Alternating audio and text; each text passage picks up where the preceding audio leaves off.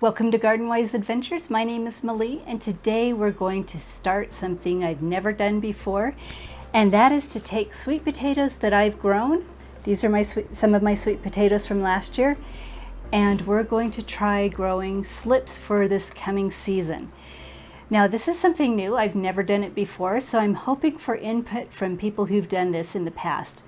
Now, I've watched a lot of videos, and there are several different ways to do it, and I think I'm only going to try one of them. The first method that a lot of people use is to take your sweet potato, put toothpicks in it, and then suspend it in a glass of water. Now, I'm not really interested in doing it that way because from the videos that I've watched, they say the better way to do it is to take your sweet potatoes and bury them in a tray of soil. Now, this is a very easy way to do it. And let's get you in closer so I can show you how I'm going to do that. So here's my sweet potatoes. I have them in a tray that's on top of another tray. And this tray right here, I'm going to end up dumping out all the soil if I turn it upside down. But the top tray has holes in it. And that is so that we can drain the soil.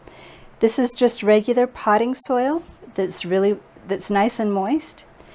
And from what I've seen on different videos is you just take your potato, bury it halfway into the soil. Don't bury it the whole way.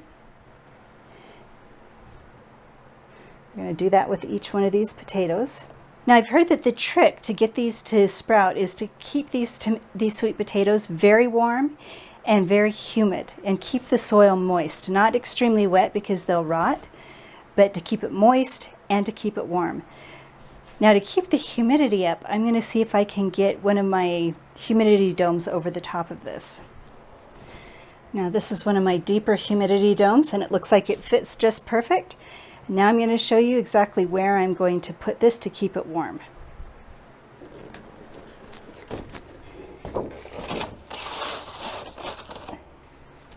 Now, we just did a video showing you where I was starting my figs and how we have them on a heat mat. So since this heat mat is already going and it's warm and available, this is where I'm going to start my sweet potatoes. So I'm hoping this will keep this properly warm and properly humid so that we can get these sweet potato slips started. As soon as we start seeing the sweet potato slips emerge, I think I will take the humidity dome off and take it off of the heat mat. This room in here stays close to 80 degrees because of all the lights in it. So I definitely think it'll be warm enough in here. So when it comes to starting sweet potato slips with your own sweet potatoes, that is pretty easy and we're pretty much done.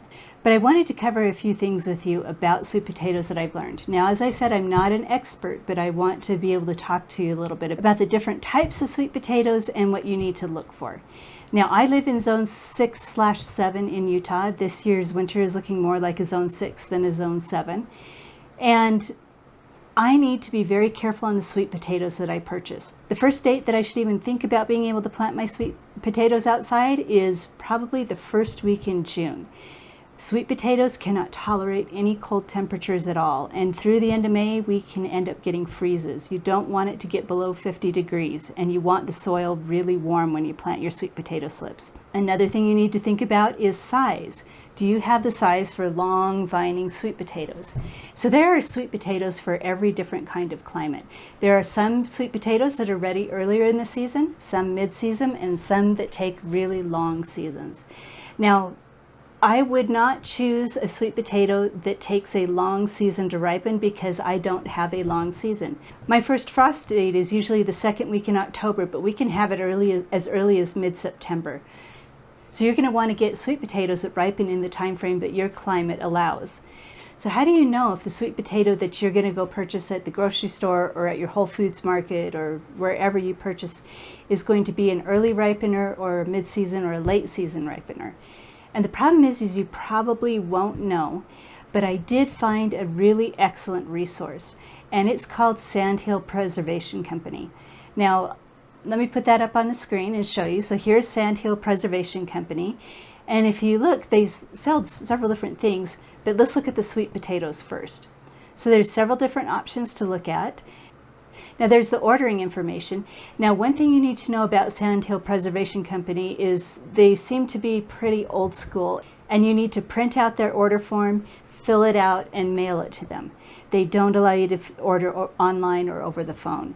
So you definitely need to print that out. And right here is where you find that order form. It's on the front page. So the next thing that they have is they have a section that shows their sweet potato varieties. Now I'm not going to look at all these varieties. We're just going to scroll through these really quick.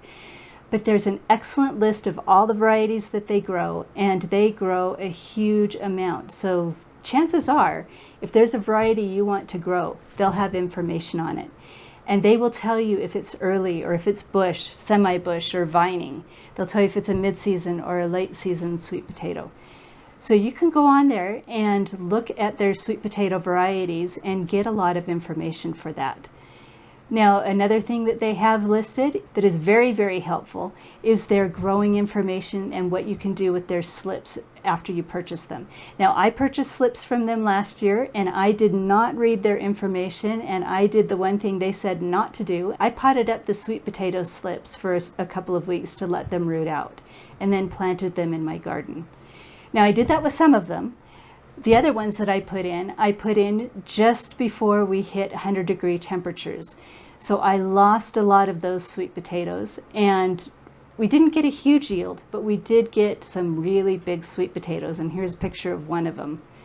They're really tasty and they're really good, and the ones that I'm using to grow slips right now are the ones that I grew last year, so that is a lot of fun. So they do say, order early, it's first come, first serve. I'm sure there's a lot of other places that you can order sweet potatoes, but definitely look at the Sandhill Preservation Company's information. They have a lot of great information on sweet potato varieties. So I think that's all I want to cover on starting sweet potatoes. It's really exciting to me. I always like learning something new, and I would love to hear what your experiences are. Like I said, I'm not very experienced at this. I'd love to hear from people who've had a lot of good experience, especially good experience in cold climates. When do you start your sweet potatoes? I'm starting mine the second week in February, just in case they have a difficult time growing. And I'm also going to order a few more varieties from Sandhill Preservation Company. Now, the varieties that I'm starting this year are the lace leaf variety that I purchased from Sandhill Preservation Company last year. Now, the reason I'm using those is because they're an early ripening variety and they are bush. So they don't take a lot of space. They didn't take a lot of space, and they're going to ripen early. So I hope this video has been helpful to you. If it has been helpful to you, I hope you like, subscribe, share it with your friends, and go have a wonderful garden adventure.